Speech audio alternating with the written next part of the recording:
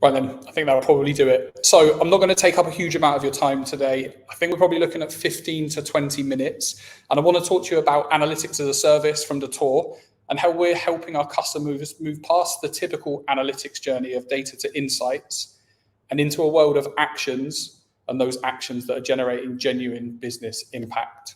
So my name is David Leslie. I'm the head of data value here. I spend the majority of my time speaking to our prospects and our customers about where the value is hidden in their data and how we can build a plan to unlock it.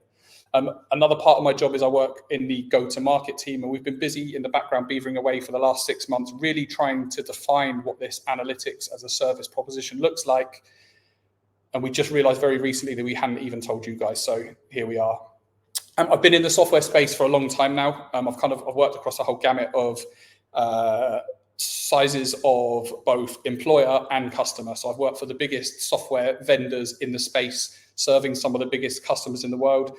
And I've also worked for a couple of startups where we had to get them off the ground, and we were serving a much smaller customer base. So I've kind of done it all. I'm also a data geek. My wife is absolutely ecstatic that I'm here talking to you today, and she doesn't have to have another look at my dashboard that I just knocked up with my Apple Health data for the 10th time.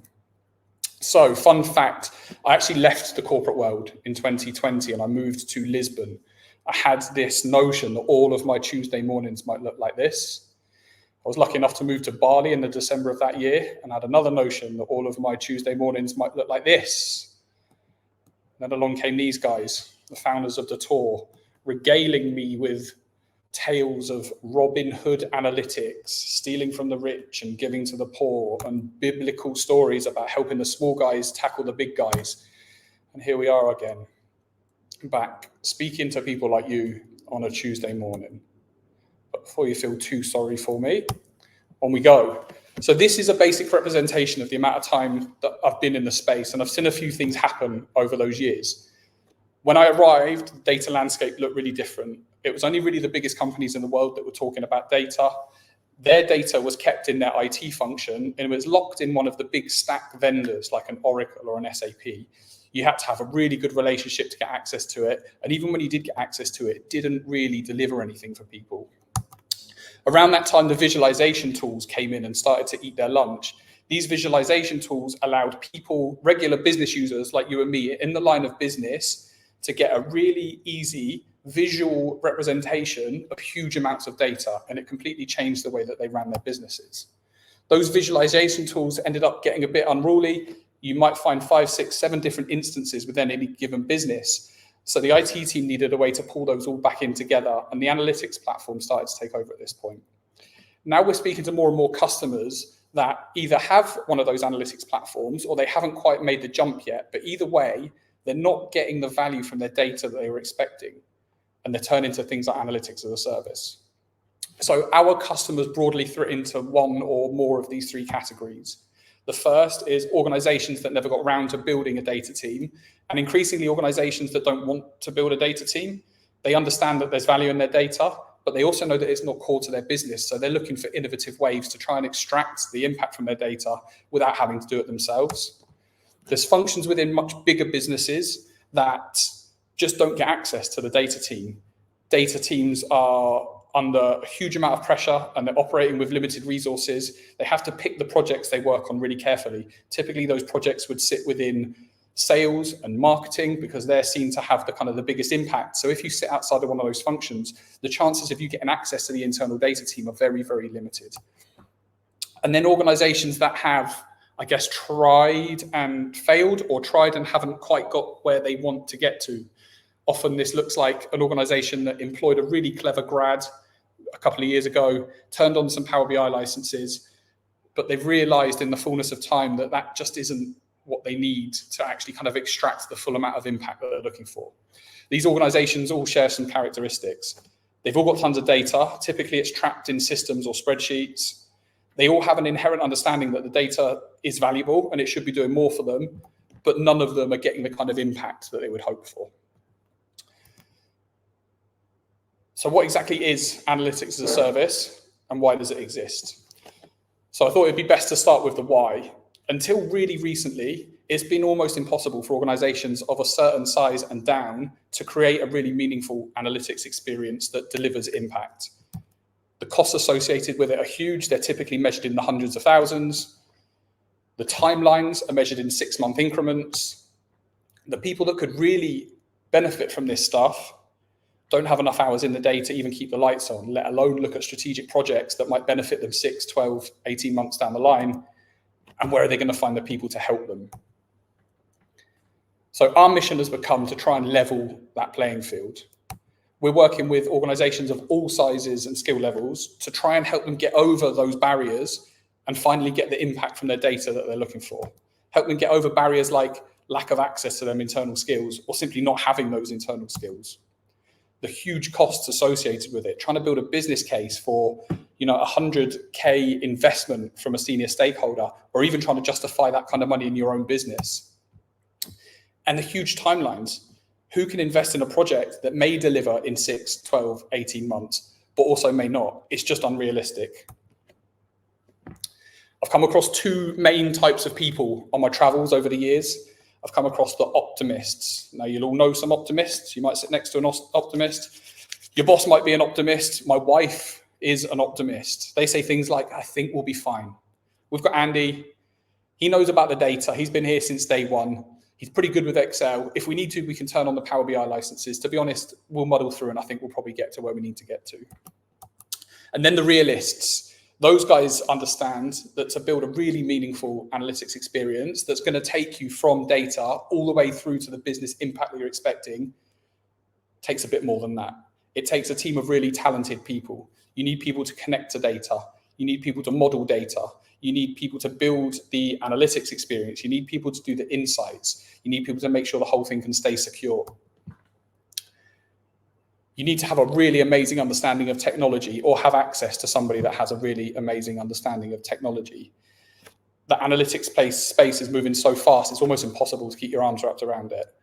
What's the most analytics-ready cloud infrastructure?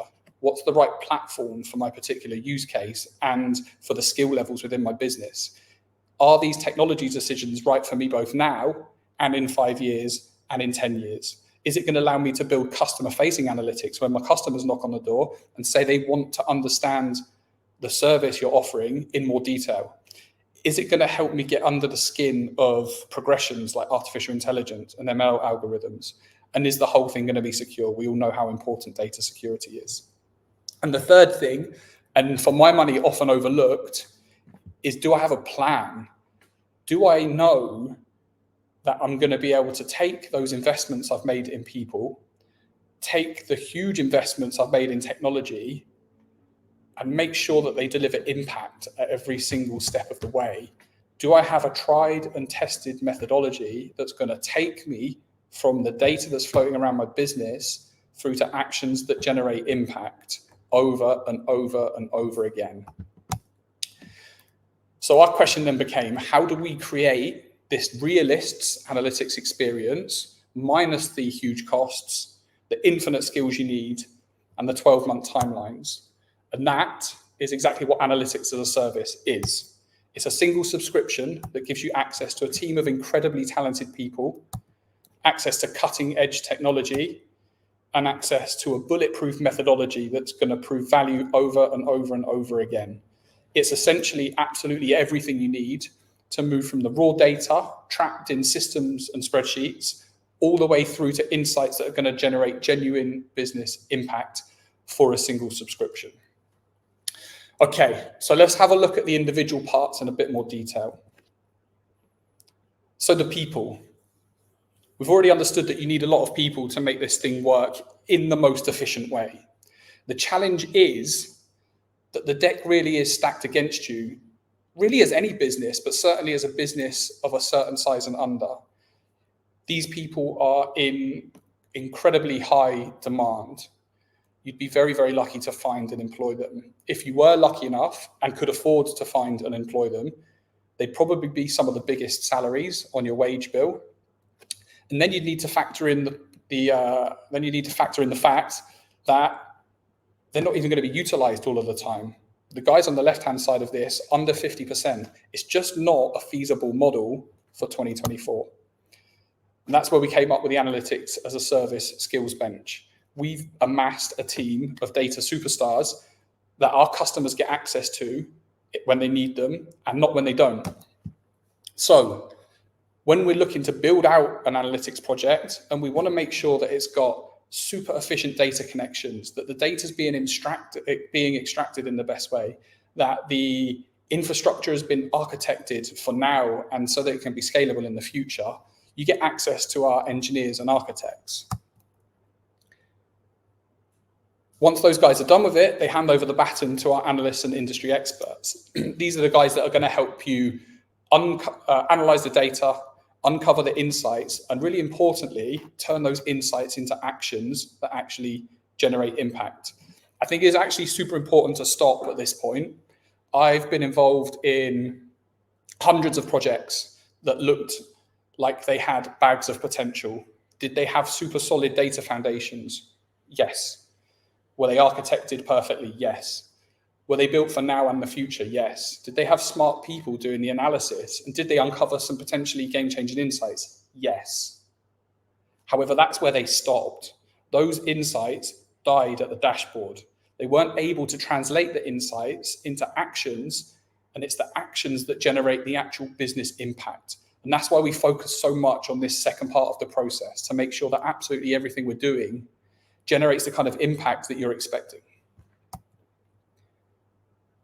And it's that model that's basically allowing us to deliver what we would call enterprise-grade data experiences at a fraction of the cost. Quick bit of water. Okay, so the technology. This is where the interesting questions start coming up.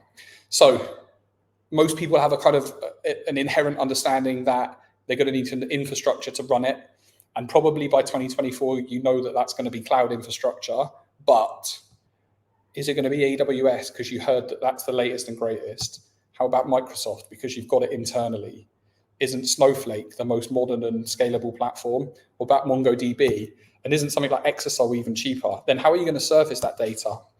You could use a platform like Qlik because you've already got some in the business, Tableau because it's an industry standard, Domo because it's super user-friendly, Power BI because there are already people using it, or a platform like Sisense that takes care of the whole journey. And actually, isn't the whole thing futile anyway because aren't the machines coming to take our jobs in a couple of years? The reality is they're all important questions, but we don't think they're questions that you need to be worrying about.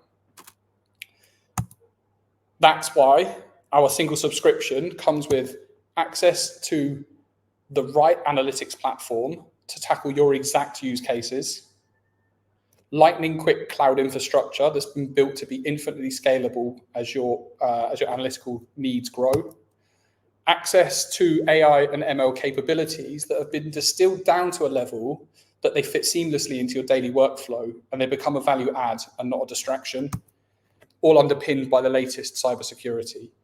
4 headaches absolutely wiped out with a single subscription. That means the old world consideration of things like, can I afford the upfront cost, data warehouse, is this the best platform, are all replaced essentially with absolutely, it's all covered within this single subscription. I think this is a really good place to pause and kind of address the elephant that I find in most rooms, in most of the conversations that I'm having at the moment. So we understand that there's a huge amount of potential in advanced technologies like artificial intelligence, like machine learning, like sensors, and like the advanced analytics platforms. But the reality is they're just not magic, not yet. They're only as good as the people driving them. And that's where our people plus technology approach really comes to the fore, because we've got the greatest people driving the best technologies, and that's how you really drive home impact. Okay. So to the final piece that I mentioned is often overlooked, methodology. So we call this our analytics impact methodology, and it's broken up into 2 parts. The first part is the discovery part. So the discovery part of our methodology kicks off with an impact workshop or impact workshops. These are sessions that are run by our impact specialists, and they're designed to take our customers through a journey, kind of breaking through their potential limiting beliefs that they hold, moving past the unknowns, and helping them understand the full potential that sits within the data. Over the course of a few sessions, we'll be looking to uncover the strategic objectives of the business, create a shared definition of impact, which is really important and is something that we'll work to throughout all of our journey together. What are the personal drivers of the people in the room? What's the available data like? Identifying any potentially valuable projects, looking at the feasibility of those projects, and then creating a roadmap. It's the outputs of these impact workshop sessions that allow us to build an impact prioritization matrix. Pretty easy to understand. Along the bottom is the project feasibility.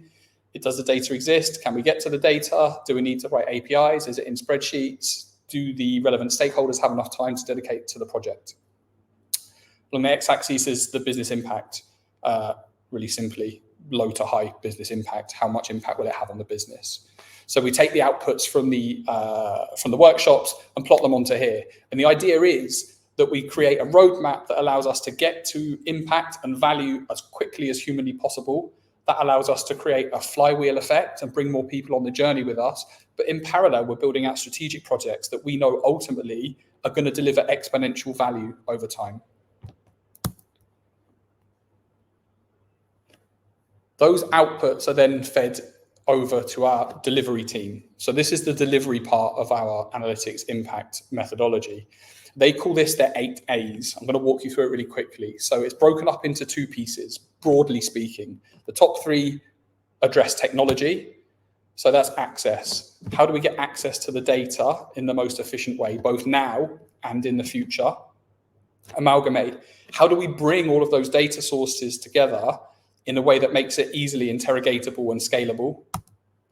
And ask, are we asking the right initial questions to make sure that everything we do is heading towards the impact that we've identified? The bottom half looks more at the people that we've already spoken about. Analyze. What are these initial answers telling us? And how do we start to turn them into actions that we think could have some impact? Appraise. Are these answers actually valuable? An honest look at where we are to this point. Are the answers we're surfacing the answers we need, or do we need to dig a little deeper? Do we need to add more data sources? Do we need to look at a different question potentially? Articulate. Can we help you or our customers build a story using the data that will articulate the value of this project to senior stakeholders and other people around the business, with a view to getting more buy-in, again, creating that flywheel and building an analytics culture within the business? Authenticate. Again, having another look at what it is we're actually achieving. Are the actions that we've implemented actually having the desired impact, or is it time to have a look at tweaking them a little bit? And the final piece is augment. This is where we look to extract even more impact from the stuff that we've already done. Is there a way that we could make this more valuable by adding in another data source? Could we look at third-party data? Could we potentially, at this point, look at some automation, some AI or some ML technologies? The idea of the bottom part of this is that it's meant to be infinite. So every project that we do internally, we keep running them around this cycle to make sure that at any given point, they're always delivering the maximum impact. It's a way to keep the projects really honest. So that's it. That's the people, the technology, and the methodology. I think the final thing that I wanted to talk about is why it's so important that the 3 sit together. We speak to a lot of businesses that have some great people and some good technology, but most of them end up with lots and lots of dashboards that look at backward-facing KPIs. They help people understand what's happening in the business, sure, and what's happened in the business historically, but they're not helping them understand what they can do, what actions they can take to actually drive the business forward in the direction that they want. We find a lot of people that have great people and a great methodology, but without the technology, they end up with ideas flying around in spreadsheets and it becomes unmanageable. And we see businesses with the methodology and the technology. This one's really dangerous. What we've seen here is they build the most incredible infrastructure, super streamlined, analytics ready, top of the pile, never gets used. It never gets used for any projects that drive top level impact. And that's why it's so important that we have all the 3 together. And that's why analytics as a service is growing so fast. And it's those 3 things together that allow us, typically over the course of the first 10 to 12 weeks, to move from data trapped in spreadsheets and source systems through to these kind of outputs. Now, this isn't an exhaustive list of outputs by any stretch of the imagination, but these are the kind of things that we're doing with our customers to access impact really quickly. We have two kind of different types of output. We have dashboards that get handed over to customers and they use them to run their day-to-day operations. This is how they become data-driven, if you like. And then we have customers that don't really want to be involved in the analysis, in all honesty. They have a bunch of questions that need answering. And the idea of answering those questions is that we provide them with the insights and then help them turn those insights into action. So the other half of the customers, we build these analytics environments, but we use them internally to find the answers that our customers need and hand over those answers so that they can just do their job in the most efficient way. And that's kind of it, to be honest. That's analytics as a service. That is what we do. That's how we do it. And that is why we do it.